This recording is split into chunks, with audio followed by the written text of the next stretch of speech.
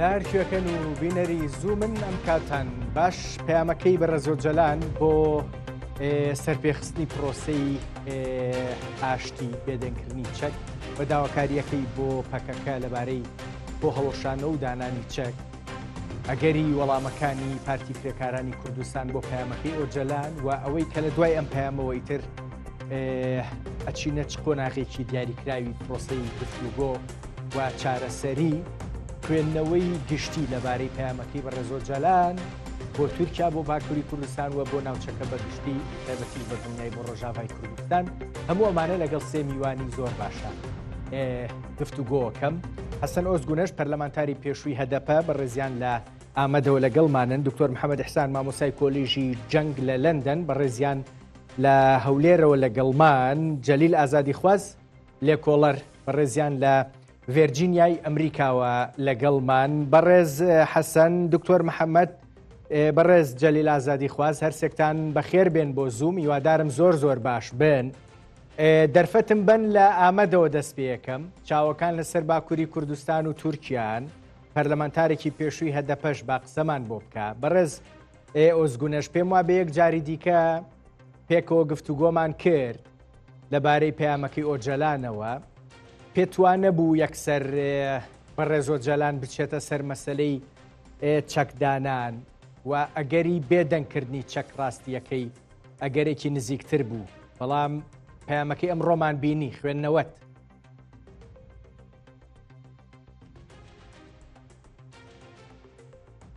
بەڕێز حەسەن گوێت لێمە؟ وەڵە دماهیدا هات برین دەنگێوە خۆش داهات ئەو گوتنی دمایم پێم نەکرد باش ئێمە جارێکی تر گفتوگۆمان کردوتت پێ ناچێ بەڕێز ئۆجەلان یەکسەر داوای چەکدانان بکە لەو چێ باسی بێدەنگکردنی چەک بکە بەڵام ئەمڕۆ داوای چەکدانانی لە پەکەکە کرد تێگەیشتنی ئێوە بۆ پەیام yani birêz û calan sala notu siya vir ve her tim lê digeriya ku derfetekê ji bo aştî û aramiyê bibîne dewleta Tirk bêne ser masê û parlamentoyê de ev pirsgirêka gelê Kurd bê çareserkirin dewleta Tirk hikûmetên wan êdî gelê Kurd wekî talûke wekî dijmin ji xwe re nebîne û pêvajoya Osloyê em zanîn ya 2011 heta 15 em dizanin niha Rojhilata Navîn ber guhernîkê mezin e ev 12-13 sala desthilatdariyek Rojava heye yani dewleta Tirk ji xwe re wekî talûke dibîne em dibîne şer û pevçûnan ji çihat serê Hemasê Filistîniyan Lubnanê çi qewmî Sûriye salan ji xwe diqewme yek divêrê de mevnetewî de pekeke hûn dizanin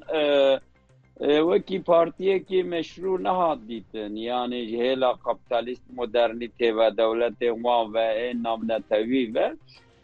birêz û calan ji xwe li wê derê divetke dibêje mesela zamanê çerê cîhanê yekemîn û bandora wî duemîn re sosyalîzmê ev sed sala înkara gelê Kurd û neyna azadî û demokrasiyê rê çek hilgirtinê vekir ama asla em gahînê Rojhilata Navîn û navnetewî de em dikarin bi awayekî demokratîk bêçek jî van meselane hel bikin ser masê û parlamentoyê de ji bo wê dixwazit du alî du armanc wê de yek bakur parlamentoyê de vê meselê bi awayekî demokratîk bêne Rojavê ya di diwan dewleta Tirk her dibêje pekeke lemberê me çek kartê nit û talûke ji bo me û em bên çeqê wê êlderê dîje hene lazim e yekser em şer vane ji halê rakin ji bo ku pêşiya vê bigire hinekê ew pirsgirêka Rojavayê jî sekna dewleta Tirk hemberê Rojava nerm bike dewleta Tirk bikêşe وقتی وقتی گوتن مثلا زمانی سلجوقیان هرچقا پفچون جار جار چی دیگه اما پرانی لنبری باش بیزانسی یعنی بەڕێز ئۆزگونەش بە تێگەشتنی ئێوە بین کورد و ترک بر مسلمان بین باش زمان عثمانی جی خواسری هبو مثلا امدزان 300 سال بەڕێز ئۆزگونەش نازام گوێت لێمەیان نا دوستانی یک دیسا هبو زمانی صلاح الدین ایوبی ترکمن و ترک و عرب و کردی سالم برای ام بیجین ویدم خاچه پرستان خود پاراستن یعنی دبیجی دیرو که ده ما لهمبری او ایرشین مازه نجدر و دهاتن نه تام جبه باش بەڕێز ئۆزگونەش گوێت لێمەیان نا اینها جه همکاری وی بکن ام نمجبورین الى دجمنه هفون و شر و پفچونا و ایشانه بیجین الهی چاره سر کنه یعنی ایش خواست سری ده دما چک هفگرتنی گوتن ام بزانن ام نکارین دولتا ترک به چک به تنه بکن و خورزگار بکن اما مسئله چیه پرسکره که هیا ام خوابدن ناسین و بين سرماسي بيشي حلقه جا دواتر من دێمە سەر ئەوە ئایا ئەو دوای دانانی چەک لەلایەن پەکەکەوە گەلێ کورد دنیای داهاتیە ناسکردن پۆلیتیک بووە خۆی هێزە پەکێکە مادەم کو هاوڕێیان پێم وا بێ گوێی لە دەنگم نییە بێژی تودرا دکتۆر محەممەد ئیحسان چەک دەینێ دێمە لای تۆ هاوڕیان ئەگەر گوێی لە دەنگم نییە بەڕێز ئۆزگونەش چارەسەرێکمان بۆ بکەن دکتۆر محەممەد ئیحسان لەو لێرە لەگەڵمای بەخێر بیت پێم وا بێ پەیامەکەت بەدڵە ئەوەی بەڕێزۆ جەلان هەم بە خوێندنەوەتان بۆ دۆخی ناوچەکە هەم پێدەچێت لە ڕووی ئایدۆلۆژیشەوە تێگەیشتەکانی خۆتان دەمێک بێ لەگەڵەوەیە بنکەیتر پەکەکە چەک دابنێ قسەم بۆ بکە سیر کەبرا پێشەکی زۆر سوپاس ڕێز بۆ میێوانەکانی خۆت من ئەڵێم ئەمڕۆ ڕۆژێکی تاریخیە لە تاریخی پەکەکە نە لە تاریخی حرەکەی تەحەڕووی کوردی لە تورکیە لەبەر پەکەکە خۆی لەم فترەی کە بەدە لە هەشتاکانەوە تا ئەمڕۆ ئەم کاتە یەکەم جارە بەم جددیە لەسەر ئاستی زمانی سەرروکی حزبەکەی کە لە حەبسە لە سژ لە خۆی داوا بکات بێنەهۆ حەڵی حزبەکەی بکات تەوعیەن لە بارەزووی خۆی و سلاحیش دابنێ ئەمە خطوەیەکی ئێمە هەمومان هەر لەگەل ئاشتی خوازین من ئەڵێم هیچ ئاشتیەکی خراپ نییە و هیچ شەڕێکی چاکیش نییە لە جیهان There is no good war and bad peace at all لە هەر جێگایەک بێت لە جیهان بەڕاستی جزوری تاریخی و علااقاتێکی هەیە ئەمە نقطەیەکی باشە بە تیجاهێکی صحیح بە تیجاهێکی ڕاست بەڵام لە دوای ئەمە یعنی چی لە دوای ئەمە ئایا پەکەکە لە چیان لە قەندیل لەم ناوچانە ئاگیان لێ ئەگرن لە قسەک ڕێز لە قسەکانی ئۆجەلان ئەگرن یان نە ئایا لە دوای ئەوە تورکیا خۆی لە دوای ئەوە ئەم پەیامی تورکیا چیا بێ ڕەتفعلەکەی چیا بێ ئۆکەی دابنیشن سلاح نەبێ مؤتەمەرەکەی ڕابکەن حەلی حزبەکە بێتەکردن لە دوای ئەوە چ ڕۆ ئەدات لە تورکیا خطوەی دووەم چییە؟ ئەمانە پرسیاری گرنگن نقطەی سیەم ئایا ئەمە بەڕاستی بە پرسیاری گرنگن کە تو خۆ ناتوانانی بڵێ وەڵڵا حەلی حزب من کابراایەکم لە حەبسم لە حەبسی تۆ چی ئیملاعاتت لەسەرت هەیە کێ بە تۆی کردیتەوە ئۆکەی ئەو شاندەی کە لەگەڵ مۆجۆڵی لەگەریان هەیە شاندێکی جێگای ڕێز و تەقدیرە بەڵام لە دوای ئەمە چییە پێویستە انتزاری ئەمە بکەین خەتەواتی لە دوای ئەمە چییە من ئەڵێم ناوچەکە هەمووی پێکڕە محتاجی بە ئاشتیە لە هەموو وڵاتەکان بەڕاستی نەک لە تورکیا ئێمە لە ناوچەیەک ئەژین لەسەر بورکانێکی ئاگرین لەسەر زلزالێکی زۆر بە قووەتین لە هەموو ناوچەکەها کەسێک نییە بڵێ من شڵقاوەکە یان زلزالەکە لێم ناگرێت یان ناگاتە لای منەوە هەمومان لە ژێر ئەوەین بە تایبەتیش و کێشەی کورد لە تورکیا تەنها کێشەی پەکەکە نییە بەڕاستی کێشەیەکی حەقیقی ئیکۆنۆمیە سوسیۆلۆجیە پۆلیتیکە ئایدنتیتیە ئەمە هەمووی پێکەوە پێویستە لە دوای ئەوە ئەمە خطوەیەکی زۆر جوانە لە ئەو جەلانەوە ئەگەر جەماعەتێکی ئاگای لە قسەکانی بێت بەڵام پێویستە من ئەڵێم تۆپەکە ئێستا لە مەلعەبی حکومەتی تورکیا و لە ئەحزابەکانی مەعارض و دەسەڵات لە تورکیا ئایا چه قازان چەکەن لەمە ئایا نیەتیان هەیە ئەم کێشە حەڵ بێت و ئەم ملەتە باشتی پێکەوە بژین یان نە ئایا لەم گێمەیە ئایا لەم پرۆسەیە لەم خوتوەیە ئەوان تەفکیر ئەکەن ئێمە باش بوو هەموو پەکەکەمان تەواو کرد و ئیتر تەواو ئێمە 100% قازانجمان کرد و پەکەکە زیر سفری بەدەستی خۆینە یان تەفکیر ئەکەنە وین وین گەیم ئێمە با هەردوو لامان قازان بکەین تاکو مجتەمەعەکەمان باشتی ئاشتیەکی و ئازادیەکی تەواو بژین جاتخوا دکتۆر محەممەد ئیحسان پێشەوەی باز لە بیرکردنەوەی کێشەی کورد کە ڕاوەستە دەی باش فەرموو من ئەڵێم ئەگەر ئەوان بەستە ئەگەر ئەوان تەفکیر بکەن کێشەی کورد تەنها پەکەکەیە من ئەڵێم وانە نەخێر کێشەیەکی کوردی جددی هەیە لە تورکیا کێشەکە لە ئاستێکی حەقیقیە تەراکماتی تاریخیە کێشەکە کەیشتیان لە ناوخی مجتەمەعەکە پێویستە حەلێکی جەزری بۆ ئەمدانن تا ئەگەر حەزیان لێیە ئەم هەردوو ملەتە پێکەوە لە تورکیا لەگەڵ ملەتەکانی تر باشتی بژین دواتر ویستە تورکیەکەواتی تری لە دوایە ئایا سۆوات هەمووی باسەکەین ویستە تورکیەکە ئەوەی پێویستە دەوڵەتی تورکیا بیکە هەمووی باسەکەین بەڵام بە کورتی لەبارەی قەندیلەوە پێم بڵێ پێشبینی چیەکەیت کۆنگرە ئەبەستن بڕیاری چیە من تەخەیت نەسیرکە من خۆم من ئەڵێ من اعتقادم ئەوە انشقاقێک دروستە بێ لە جەماعەتی قەندیل ئەبێنە دوو بەشێک دێتە ناو پرۆسێسەکە ئاگای ڕێز لە قسەی ئوجلانەگرێ و بەشێکی تریش نەخێر نائێت ناچتەژوو لە بەرتەدەخولاتی ئەقلیمی تایە مەساڵحی شخصی تایە عقیدە و ئایدۆلۆجیەتێکی قۆڵی تایە ئەمە یعنی من تۆ بڵێ بە من بڵێ بریارەکە بە 100% جێبەجێبێ بەتواڵێم نەخێر بچوونەکەی من وانە ڕۆنابێت ڕوونە ئەی بۆی هەیە لە ڕووی تەکتیکیەوە ڕاستیەکەی دوو بۆ چوونی دیاریکراو لە قەندیل دروست ببێ بۆ ئەوەی باکەپێک بۆ داهاتوو پرۆسەکە بەچوو ئەگا باکەپێکی دیاریکراوی قەندیل پەکەکە هەبێ نازانم ئەگەر ڕوون بێ باسی چیەکەم من ئەڵێم خەڵکێک هەیە لە قەندیل حەزی لێ نییە بەر لە سلاحدا بنێت لەبەر ئایندەکەی بوو دیار نییە بەڕاستی ینی مس کمیونیکیشنێکی فەزیح هەیە ئەو حەقی خەڵکێکی تریش هەیە زۆر بە ئاسانی ناتوانێت دەستبەری چەک و دەستبەری ئەو تاریخە بێت بێ ئەوەی تر ئەگە نەزانێ ئایا ئایندەکەی چییە نقطەی سێم تەدەخولێکی ئەقلیمی هەیە کاکە لە پەسەکەی لە کێشەکەی پەکەکە هەندێک وڵاتی تری ئەقلیمی هەنە دەستیان درێژە پەکەکە ئەوان ڕائیان چیا بێ لەناو ئەم پرۆسێسە ئایا کورد ئەبێتە قوربانی جارێکی تر بۆەوەن یان کورد جارێکی تر بەکاردێنن دژ وڵاتێک دژی وڵاتێکی تر ئەمەش هەیە زۆر باشە دکتۆر دێمە وڵات بەڕێز جەلیل ئازادی خواست لە ئەمریکاوە لەگەڵ مایت بەخێر بێی بۆ زوو پەیامەکە هەروەکو چاوەڕوانیەکان داوای چەکدانانی پەکەکەی کرد بەڵام دیوەکەی تری پێویستیەکانی ئەم گفتوگۆیی باس نەکردووە ئەمە یان قۆناغەکەی با بڵین تاوکەری قۆناغەکەی باز نەکردووە تەنها ئەوەی باس کردووە کە پەکەکە چی بکە چۆنت بینی پەیامەکە ئەمە ئەوە ئەگەیەنێ کە ڕاستیەکەی هیچ ویستێک داواکاریەک ئەرکێکی دیاری کراو لەسەر دەوڵەتی تورکیانە بێ یان نەخێر هەیە بەڵام جارێکە نابێ باس بکرێ نابێ بێتە دەرەوە سەرتا سڵاو بۆ جەنابێت بۆ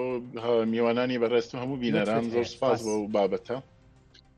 لە ڕاستیان من حەزەکەم پەنجەرەیەکی تر لەسەر ئەم بابەتە بکەمەوە لەو پەنجەرەیەوە بڕوانمان بابەتەی کە پێی دەڵێن پرۆسەی ئاشتی لە تورکیادا سەرڕا ئەروکو دکتۆری ژووتی هەموو دەزانین کە پرۆسەی ئاشتی پرۆسەیەکی باشە لە ئاشتیدا گەشەکردن بە ئیسڵاح هەستانەوە و زۆر شتی چاک لەدایک دەبێت بەڵەوە ناوچەکەش پێویستی بەوەیە بەڕاستی بەڵام ئەمە بەس نییە بۆ ئەوەی کە ئێمە بڵێن ئەم پرۆسی ئاشتیە سەقامگیر دەبێت بەجێ دەگات دەوڵەتی تورکیا ئەرکەکانی خۆی جێبەجێ دەکا و ئەمان لە زەرورەتێکی تاریخی و لە ئەقلانیەتێکی مۆدێرنەوە بۆ پرۆسی گەشەکردنی دیموکراسی لە ناوچەکە و لە تورکیادا لەدایک بۆ لە ڕاستیدا ئەوە لێکدانەوەیەک بە هەڵەمانە دەبا من پێم وایە کۆمەڵی خاڵ هەیە دەبێت زۆر گرنگی پێ بدرێت لەمەدا ئێمە با بزانین ئێمە لە دوورگەیەکدا ناژین تەنیا کورد و تورکی تێدا بێ و کورد و تورک بە پێی بەرژەوەندەکانی خۆیان لەم دوورکێدا ڕاوە لە جیهاندا بڕیار بدەن ئێمە دەزانین ناوچەکە بە گشتی کەوتوتە بەر گۆڕانکاریکی زۆر زۆر گرنگ ئەم گۆڕانکاریانە لیزگ و چمکەکانی ئێستا دیارە هەم لە ناوچەکە هەم لە جیهاندا ئێمە دەزانین کە لە سووریادا گۆڕانێکی نەوعی بە پێشەوە دێت ئەم گۆڕانە نەوعی حوزوری فاکتەری چینوەیە بەنێو ئیسرائیل ئەم فاکتەرە نوێی هەر لە ئێستادا سەرقاڵی دروستکردنی جۆرێک لە فیدرالیزمە بۆ دروزیەکان و هەتا ڕەنگە جیاکردنەوەشیان ببێ. ئەم پرۆسەیەک نییە بیری لێ نەکرابێتەوە و کاری بۆ نەکرابێت و لە ڕووی لۆجیستیکیەوە ئیمکاناتی خۆی بۆ چارەسەر نەکرابێ. بێگومان تورکەکان ئەمە دەزانن و زۆر باش ئاگاداری ئەمە و ئەگەر ئەمە لە هەر فۆرمێکدا ڕوو بدا، یعنی چ لە فۆرمی فیدرالیزمدا چ لە فۆرمەکەی دیکەدا ڕوو بدا، کاریگەریەکی ڕاستەوخۆ و چلۆنایەتی هەم لەسەر سووریە دەبێ، هەم لەسەر ناوچەکە دەبێ، هەم لەسەر هەموو کورد و ڕۆژاوای کوردستان دەبێت. ئەمە خاڵێک کە دەبێت بەلامانەوە گرنگ بێ. خاڵی دووەم کە دەبێت لەسەری ڕابوەستین ئێستا لەم دۆخەدا بەوەی ئۆکراین و پەیوەندی رووسیا و ئەمریکاوە ڕاستیەکەی دوورکەوتنەوەیەک لە نێوان ئەوروپا و ئەمریکادا سەری هەڵداوە. من ناڵێم ئەم دوورکەوتنەوە دەبێتە هۆی دابڕینی پەیوەندیەکانی ئەوروپا و ئەمریکا بۆ هەمیشە لە کۆی ڕەهەندەکانە، ئیدعای ناکەم، بەڵام دەزانم جۆرێک لە دابڕان دێتە پێشەوە. ئەم جۆرە لە دابڕان ئەگەری لە ناوچوون یا لاوازکردنی ناتۆی هەیە.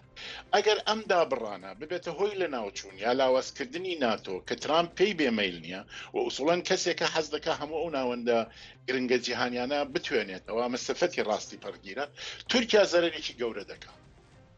یعنی یەکەم زەرەر کە دەکرێت تورکیا دەیکات. لە ڕاستیە تورکیا یەکێک لە گرنگترین ئیمتیازەکانی کە لە ژیانی سیاسی خۆیدا بوویەتی ئەوەیە کە ئەندامی ناتۆی و ئەمەش ئەوروپا پێی نەداوە، ئەمریکا پێیداوە. دەبێت ئەوە بزانین، ئەوروپا پێی نەداوە، ئەمریکا پێیداوە.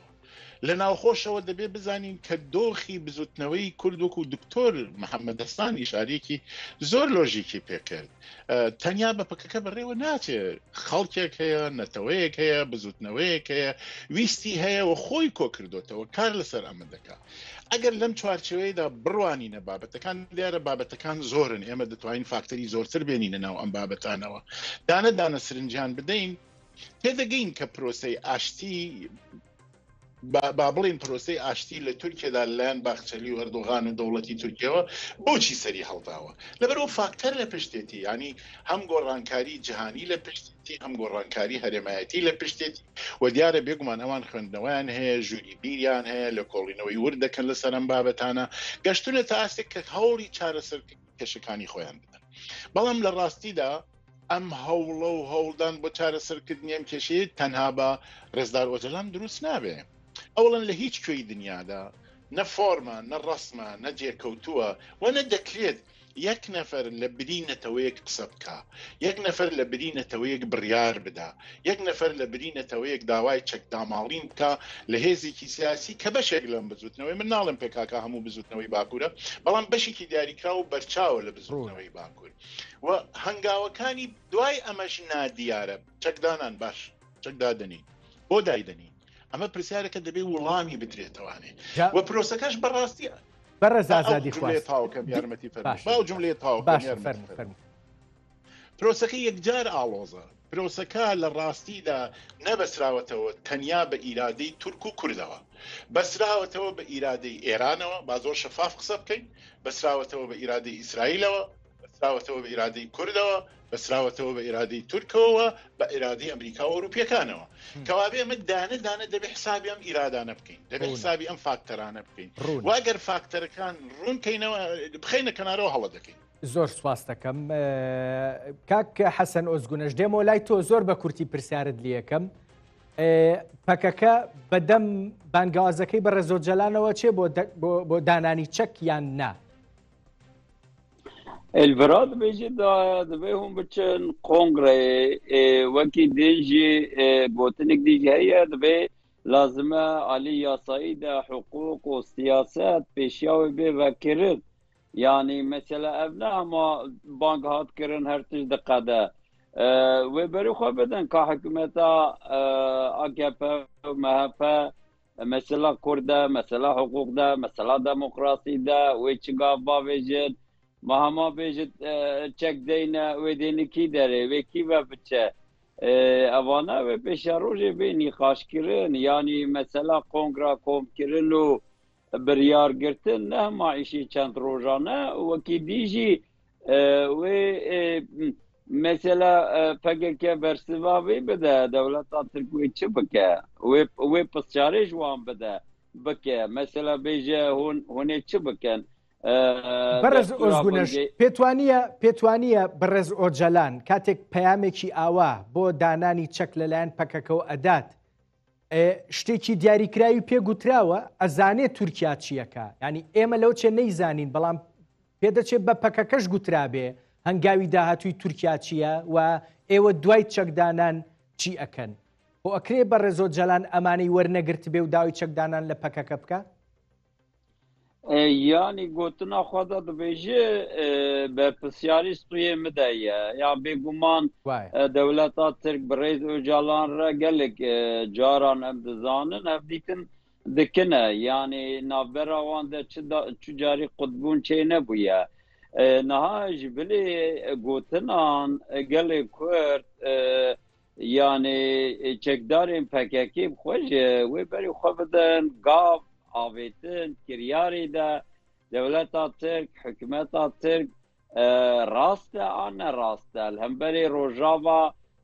çi dike çi nake wê pêşa roja de vana zilal bibin em nahar serî de roja serî em bêjî wê hosa çê bibe û encam jê ev e em rastî nizanin e yani hinek tişt lazime zelal bibin diyar bibin çikû gelê me be guman e yani ka gelo AKP û MHP û hevalbendên wan dixwazin rastî de çi bikin yanî niha wekî Tirkî dibêjin top avêtin yanî gok avêtin beriya wan niha Birêz Öcalan got tamam ev ez banga xwe dikim ka hûnê çi bikine divê ew ji tiştekê bêjin yanî زۆر ڕوونە دکتۆر محەممەد تورکیا چیەکە ئەوە تۆپەکە خراە ساحەی تورکیاوە بەڕێز ئۆجەلان بانگەوازە زۆر گرنگەکەی کە تورکیا چاوەڕێیە کرد دەری خست داوای لە پەکەکە کرد بۆ چەکدانان هەر بەڕاستی تورکیا ئامادەیە بۆ ئەو هەنگاوانەی کە پێویستەکە دوای پەیامێکی ئاوا گرنگ هەڵی بنێ لە مەسلەی هەنگاوە سیاسیەکان هەنگاوە یاساییەکان توزانم تێگەشتنە کۆمەڵایەتیەکە تێگەشتنی دەوڵەتی قوڵ هەموو ئەمانە هەن تورکیا ئامادەیە سیرکە بەڕاستی وەزعی تورکیا تەقبولی زۆر شت ناکە وەزعەکەی کە لە برادەرەکەمان لە واژنتۆن لە ڤرجینیا من هاورامە لەگەڵی بەڕاستی زۆر شتی معادلەی نێودەوڵەتی هەیە وەزعی تورکیا ئەمڕۆ تورکیا محتاجی بە پرۆسەسێکی ئاشتیە تورکیا محتاجی بە قۆناغێکی ترە تورکیا محتاجی بە بچوونێکی ترە یعنی با لەبیر نەکەیت ئەوەی کە داوای ئەم پەیامەی کردیتەوە کە ویستی خۆی لێ بکاتە ساحب جەهەپە بوو جەهەپە لە هەموو حزبێکی تری تورکی دژی کورد بوو لە هەموو حزبێکی تری تورکی پتر دژی کورد بوویتە لە تورکیا لاگە سەیری تاریخەکە جەهەپە یا مەهەپە خۆت نا جەهەپە مەهەپە حزبە کوردیەکەیتی ئایا بەڵام ئەمڕۆ تۆ دەیت ئەمە محتاجی بە میکانیزمێکی تەمامە بە میکانیزم ئاشتی نەک تەنها پەیامە ئاشتی میکانیزمە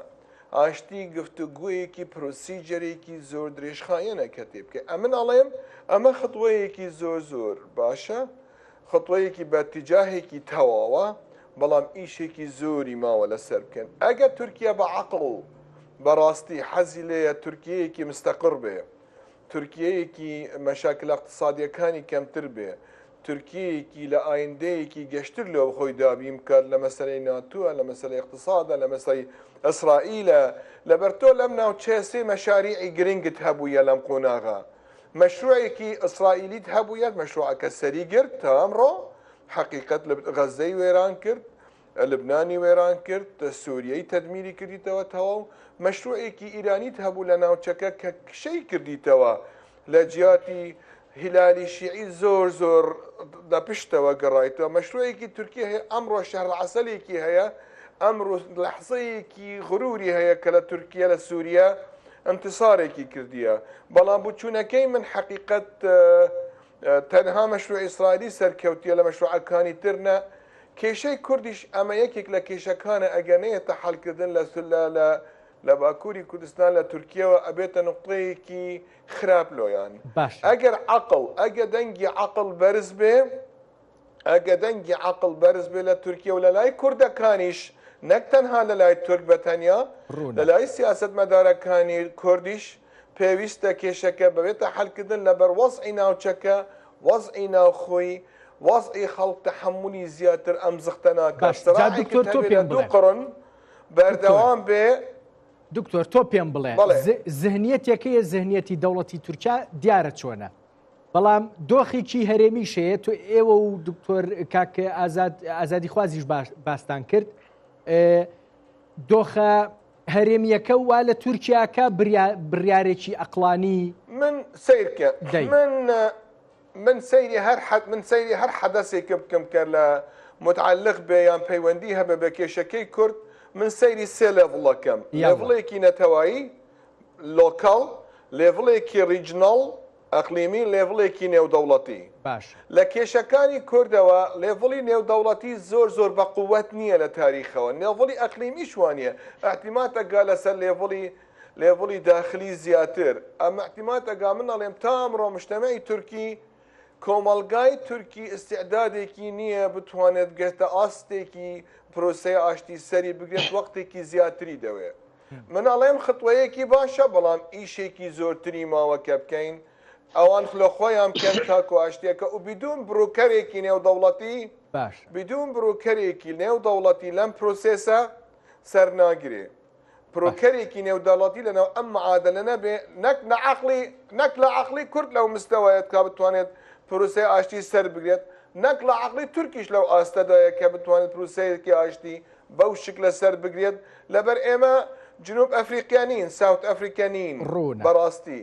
ئێمە ئیرلندەی شیمالی و ئیرلندەی جنوبی نین ئێمە مجتەمەعێکی شەرق ئەوسەتی کۆمەلگایەکی شەرق ئەوسەتی زۆر تەعنودین تورکەکانی شوان ئێمە تا حەدێ کوردی شواین با بەڕاستیەکان قسە بکەین خۆ ئێمە نەڵێین ئێمە مەلایکەتون و ملەتەکانی ڕوونە بەڵام حقیقەت دکتۆر محەممەد کە پامەکەی جەلانە خوێنیتەوە و بۆچوونەکانی ئۆجلانیش بەردەوام وابوون کە کۆنفیدرالیزمی دیموکراتی و پێکەوە ژیانی نەتەوەکان و ئەوانە بەڕاستی گەر زوو ئەم کۆمەڵگەکانی ئەم ناوچەیە دەستیان پێوە بگرتای پێ بدەچ و دۆخەکە باشتر بووە بەڕێز جەلیل ئازادی خواست دەگوترێت گۆڕانکاریە جیۆسیاسیەکان یعنی ئەم هەنگاویان پێویست کردووە هەم لەسەر کورد هەم لەسەر تورک ڕاستیەکەی بەڵام چی ئەگەر ئەم گۆڕانکاریە جیۆسیاسیانە لە ماوەیەکی دیاریکراوە لێکەوتەکانیان تەواو ببێ و ئەو هۆکارە بابەتیانەی وایان لە تورکیا کردووە لە دەرگای ئیمرالی با کۆتاییان پێبێ ئەو کاتچی دەوڵەتی تورکیان وەکوڵێن ناچێتەوە سەر ئەینەن تاس و ئەینەن حەمام پرسیارێکی یەکجار بەجێ بەڕاستی من پێشەوەی بچمە سەر پرسیارەکەی جەنابێت دەگەر ڕێگەم بدەیت یەک دوو فاکتەری تر باز دەکەم دوای دێمەوە سەر پرسیارەکەی جەنابێت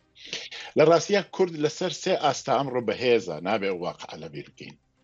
ئاستی یەکەم لە ئاستی هەرێمایەتیە ئێمە باشووری کوردستانمان هەیە و یەکەیەکی ڕسمی و ناسراوە و ئەمڕۆ دەور دەبینێ ناتوانین ئەمە لە بەرچاو نەکرین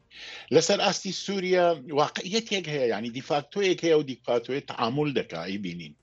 لەسەر ئاستی جیهاندا لە مێژووی هاوچەرخی کووردا کورد هێندە برند نەبووە کە ئەوروپا بە تەواوی بێتە پشتی کە ئەمریکا لەسەری بوەستێ و تورکەکان ڕێک ئەمە دەزانن منیش دەزانم دکتۆریش دەزانێ هەموو دۆستانی تر و جەنابیشت دەزانی ئەمە ئەو دۆخەیە کە لە فاکتەری ئاشتیکردنەوەدا و ئاشتیدا کاریگەری دەبێ و هەشیەتی و دەبێ بیشی بێ لە هەمان کاتدا کۆمەڵەشتی تر هەیە کە دەبێت زۆر گرنگ بێ بەلامانەوە ئێمە نەک من ڕەنگە زۆر کەس باوەڕیان وابوو کە دانیشتنەکانی رووسیا و ئەمریکا لە ئستەنبوڵەوە دەست پێ دەکات بەڵام چوو لە ریاضەوە دەستی پێکرد ئەمە ئاماژەیەکی زۆر ڕوونە و شتێکی زۆر دیاریکراو بە ئێمە دەڵێ پێمان دەڵێ ڕۆڵی تورکیا و ڕۆڵەی جاران نییە و ئەمڕۆ کەسێک کە ئەمریکا دەیەوێ بهێنێتە پێشەوە عەربستانی سعودی هاوڕێیان عەربستانی سعودی 1200 تریلیۆن دلار لە ئەمریکادا سەرمایە گوزاری دەکات ئەخر ئەمە ڕقەمە ئەمە دەوێ ئەمە لە سەروەستانی دەوێ و تورکەکان دەزانن هەتا لە سووریەشا کە جۆلانی ئەوان ئەمان یارمەتیان داون چوونەتە پێشەوە ئێستا عەربستان هاتوۆتە پێشەوە کایە دەکا بە دۆلارەکانی خۆیەوە و ڕوو تورکیا و دۆلارانەی نییە بەڕاستی کە بچێت ئەم کارە بکە بەس هەموو ئەمانە و فاکتەرە ئیقلیمی و جیهانیانن کە دەتوانن لەسەر پرۆسەی ئاشتی لە تورکیادا کاریگەر بێت ئومیدوارم ئومیدوارم وەک هاوڕێیان وتیان ئەمە لە پێزانین و فامکردنی حقیقەتێکەوە بێت کە تورکیا ناتوانێت وەک جاران درێژە بە دەسڵاتی سەرکوتانەوە و پاکردنەوەی گەلانی نێو تورکیا بدا بە تایبەتی کورد. دکتۆر من یەک ڕاستی بچووکت پێڵێم اینجا دکتۆر نیم ببوورە لەگەڵ دکتۆر محەممەد ئیحسانە هینم کرد کاک جەلیل ئازادی خواست. بۆ نمونە من ئەمڕۆ سەیری ئاژانسی ئەنادۆڵم کرد، ئاژانسی فەرمی دەوڵەتە و گفتوگویەکی دیاریکراو لەگەڵ ئیمرالیا بەڕێوە ئەچێ، هەمویان گوایە چاویان لە ئاشتیە، چاویان لە بێدەنگکردنی چەکە، یەک هەواڵی لەبارەی ئەم پرسە گرنگەی ئەم ڕۆوەتیان نییە، یەک ڤیددیۆی تیان نییە، وێنەکەی ئۆجالانی تیان نییە. ئەمە چیمان پێڵێ؟ ئاژانسی فەرمی دەوڵەت دەمەست بڵێم ئەوان ڕازی نەبوون ئۆجلان ویدۆیەکی بڵاو بێتەوە پەیامەکەی بدا. ئافرین ڕازی نەبوون یەک ویدۆ لە ئۆجلان بڵاو بێتەوە پەیامەکەی بدا. پرسێکی تر هەیە لێرەدا هاوڕێ عەزیزم، 4 بەندی سەرەکی و ئەساسی و بنەمایی قانونی ئەساسی تورکیا کە ڕێگە نادا دەوڵەت پاوەرشێر بکە، ڕێگە نادا دەوڵەت تەقسیم بکرێ، قودرەت دابەش بکە، ڕێگە نادا هیچ نەتەوەیەکی تر بێت، هیچ ئتنیکێکی تر بێت. ئەمە دەبێت دەستور بگۆڕدرێ. چ میکانیزم و ساز و کارێک لەبەردەستە بۆ گۆڕینی ئەم دەستورە؟ چۆن ئەم دەستورە دەگۆڕێت؟ زۆر گرنگە کاک جەلیل ئازادی خواست. هەر بەڕاستی ئۆجەلان بێەوەی هیچی دیاریکراوی لەو بارەیەوە وەرگرت بێ، ئەم پەیامە ئەیە بۆ چەکدانانی پەکەکە بە کورتی سیرکە با من بە کورتی زۆر بە کورتی پێت بڵێم. من پێم وایە مافی خۆیانە برادرانی پێکاکات چەند دەنگ بن، منیش بوومایە چەند دەنگ دەبووم دەنگم بە داخوازەکەی ئۆجەلان نەدەدا، چون بەڕاستی من نازانم لە پشتی ئەمەوە چی هەیە. ئەخی کە نازانم چۆن دەبێ بڕیار بدەم. ڕاستە نامەی بۆ باشوور نووسیوە، نامەی بۆ قەندیل نووسیوە، نامەی بۆ ڕۆژاوا نووسیوە، بەڵام ئەم نامانە چیان تێدایە؟ بۆ بە ڕایگشتی کۆمەڵگای کوردەواری ناوترێ کە ئەم نامانە چیان تێدایەوە، ئەوان لەسەر چی گەشتون بە تەوافق لەگەڵ ئێمە باوەش دەکەینەوە بۆ ئاشتی، بەڵام دیار بێم ئاشتیە چییە؟ زۆر ڕوونە. کاک حەسەن ئۆزگونەش دێمەوە ئامەد بۆ لای بەڕێستان زۆر بە کورتی. تورکیا وەکو دەوڵەت، تورکیا وەکو با بڵێن کۆمەڵگەی تورکی ئامادەی پرۆسەی ئاشتیە. ئێمە لە با بڵێن تۆپەکە خراوەتەوە ساحەی دەوڵەتی تورکیا. لە پەرلەمانی تورکیاوە دەستورە گۆڕێت هەندێک مافی فەرهەنگی و کەلتوری و زمان بدرێ بە کورد، هەندێک شتی دیاریکراوی سیاسی وەکو ماف دەدرێ بە کورد. چی ئەبینین؟ بەڕێز ئۆزگونەش.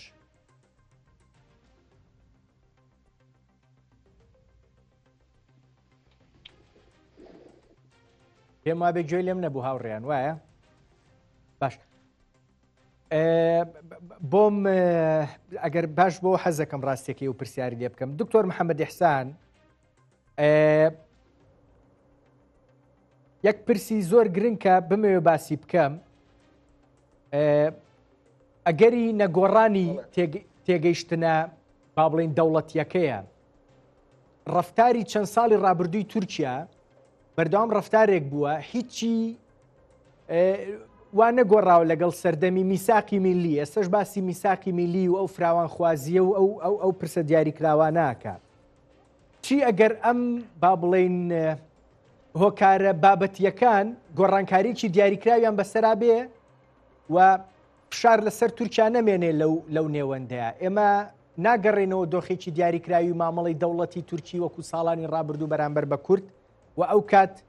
کورد ڕاستیەکەی بەشێکی گرەوەکەی دۆڕانە بێ بە دانانی چەک لەلایەن پەکەکەوە. سید کە من متابعی کێشەی کوردم کردیتەوە بە حکمی خواندنی خۆم، بە حکمی ریسرچ و کارەکەی خۆم و لە ناوچەیەک ومش زۆر لەسەر حدودی تورکیا گەورە بوویمە، لەسەر حدودی باکوور. من دیمە لە بیرم دێت 90 ساڵی 90 کە چوویمە تورکیا، خزمەکانم لە تورکیا کەسێک نەدەیتوانی بە کوردیش قسە بکات، بڕوا بکە، ناوی شتێکمان نەدەبیست کە کوردن. خزمەکانی خۆمان زۆر بە تەرەدد لەگەڵ ئێمە قسەیان دەکرد کە خزمیش بووین، زۆر نزیک یەکتریش بووین. بەڵام پاشان لە 92 مەرحەلەیەکی تر بوو لە مەرحەلەی ئۆزال،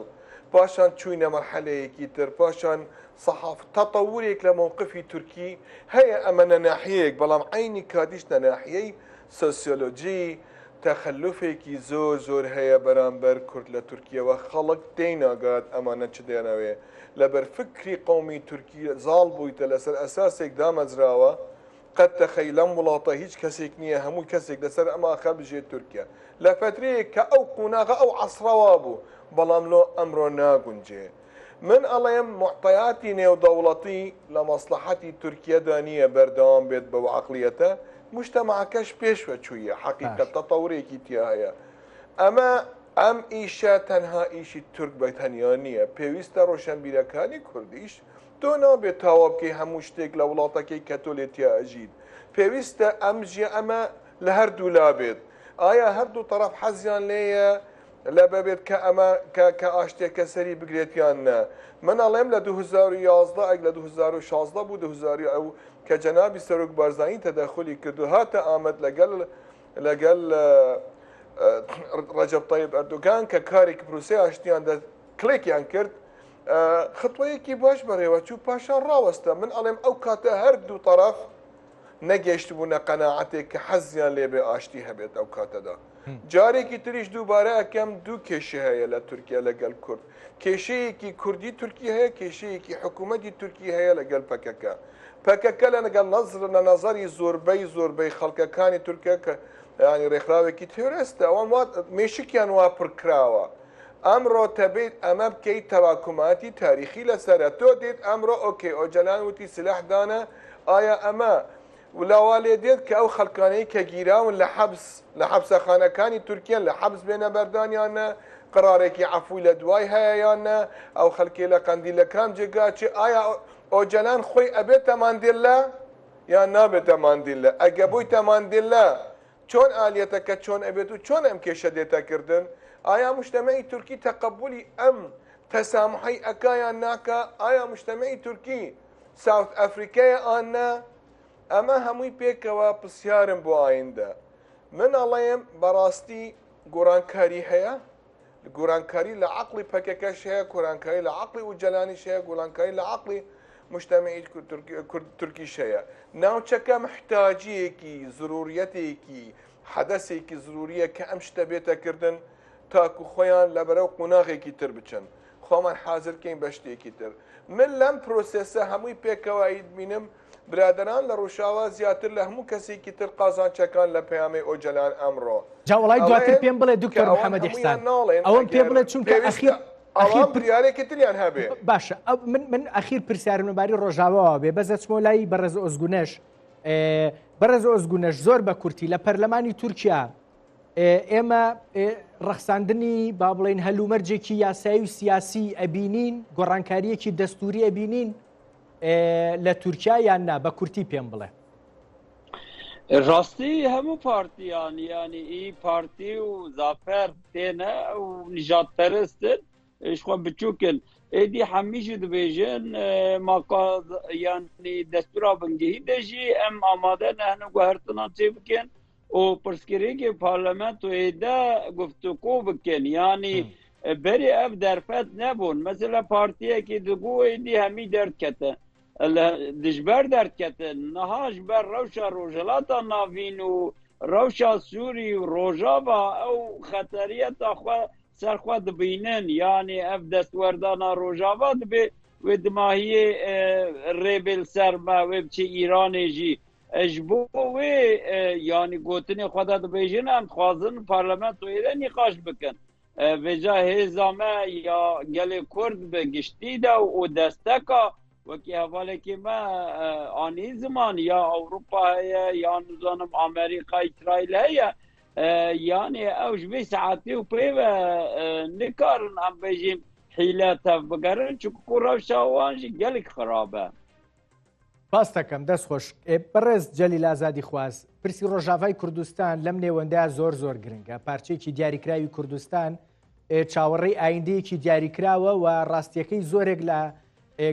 لێدوانەکانی هاکان فیدان و ئەوانەی دیکەش کە باسی ئەم پرۆسیانە کرد زۆر جار یان هەموو جارێکیان بەستەوە بە چەکدانانی هێزەکانی سووریا دیموکرات هەسەدەشەوە جا ئەوان ئەڵێن یەپەگە زیاتر باسی هەسەدە ناکەن بەڵام ئەمڕۆ پەیامەکە بۆ ڕۆژاوای کوردستان نەبوو تەنها بۆ پەکەکە بوو ئەمە کاریگەری لەسەر دانوستانەکانە بێ و باسی ڕۆژاوای کوردستانم بۆ بکە لەو نێوەندا. هاوڕێگیانەوە تێڕوانینی من و تۆیە کە دەڵێن پەیامەکەی ڕێزدار ئۆجەڵان بۆ پێکاکا بوو بە پەیوەندی بە ڕۆژئاواوانیە بە پێچەوانەوە تورکیا ئەوەندەی پەیامەکە بۆ ڕۆژئاوا لا گرنگە 1000 ئەوە بۆ پێکاکا لە لای گرنگ نییە. بەڵام مەزلوم عەبدی ئەڵێ گوێم لێ قسەکانی مەزلوم عەبدی گوێم لێ بوو کە لە پرێس کۆنفرانسەکەیە دیارە ئێمە دەبێ شتانە بزانین چون قسەی لەسەر دەکەین بەرحاڵ بەڕاستی ئاگاداری بووم کەچی ود و هەڵوێستەکەی یەکجار هەڵوێستێکی بەجێ بوو چون لە ڕاستیا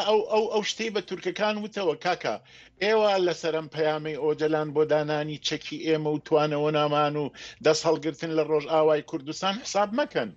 ئێمە بە شێوەی خۆمان ئیش دەکەین پەیوەندیمان لەگەڵ پێکاکانیە لە وڵاتێکی دەرەوەین کە جوگرافیای سیاسیەکەی جایە ئەوە ئێوەن بە ملهوڕی هاتوونەتە ناو جوگرافیای سیاسی وڵاتێکی دیکە و ژێر پێتان ناوە ئەمژ ئۆپۆلیتیکەش ئۆپۆلیتیکی پەیامەکەی ڕێزدار ئۆجەلان نییە لە ڕاستیداژی ئۆپۆلیتیکی وڵاتێکی دیکەیە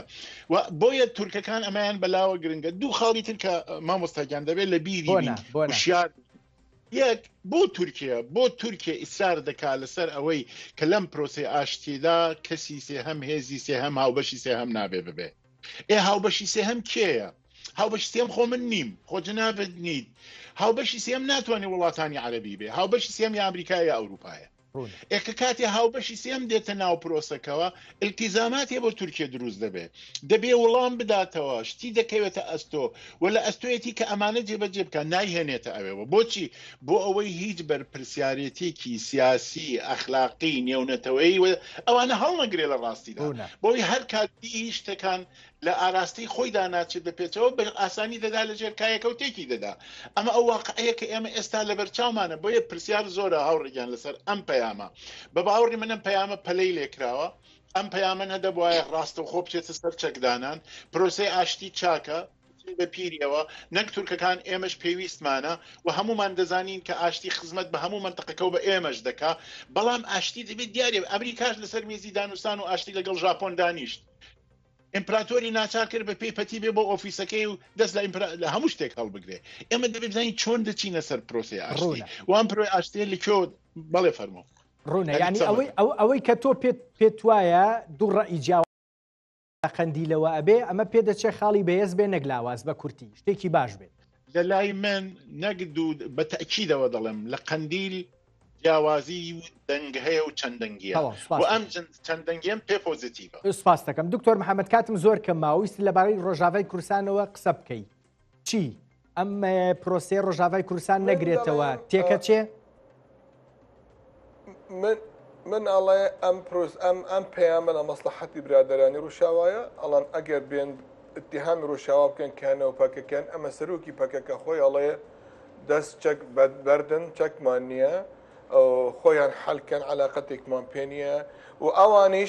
ئەوانیش لەو جێگایە ئەوان کوردی سووریان کوردی تورکیا نین علاقەتێکی تەواوی هەیە ئەوان لە حدودێکی تورین تورکیا ئەگەر ئەمە بکاتە بەهانە هەموو ڕۆژێ هجومیان لەسەر بکات یان ڕێگەیان لێ بگرێت کە بچ لەگەڵ دیمەشقێ بکەون ئەڵێم حەقیقەت ئەمە پێویستە بچوونێکی تر هەبێ پێویستە حەڵێکی تر هەبێ لە پێش تەرەفی سیام کە جەمیل ئازادی خواست کە ناوێکی زۆر خۆشی هەیە حەسوودی پێە من بەخوا لەسەریان فەرز بێ سەرجاوت ماچێکم کە شت لەسەریان فەرز بێ با خۆیان بەرامبەرم خطوە بچن ئەمە خطوەیەکی لە تیجاهێکی تەواودایە تەمە ناکەین سەر بگرێت تەمە ناکەین ئاشتی لە هەموو جێگایەک سەر بگرێ ئێمە خۆمان ئەبینین کە ملەتی کورد ئاشتی خوازین لە هەموو جێگایەک بێت بەرامبەر هەموو ملەتەکانی ترەوە بوونەکەی من ئەمەیە بەڕاست باس دەکەم دکتۆر محەممەد ئیحسان مامۆستای کۆلێژی جەنگ لە لەندەن لە هەولێرمەوە لەگەڵ مابووی سپاس حەسەن ئۆزگونەش پەرلەمانتاری پێشووی هەدەپە بەڕێستان لە ئامەدەوە لەگەڵ مابوون گەلێک سوپاس دەستت خۆش بێ جەلیل ئازادی خواست لێکۆڵەر لە ڤێرجینیای ئەمریکاوە سپاس بۆ ئێوە دەست بەدوعا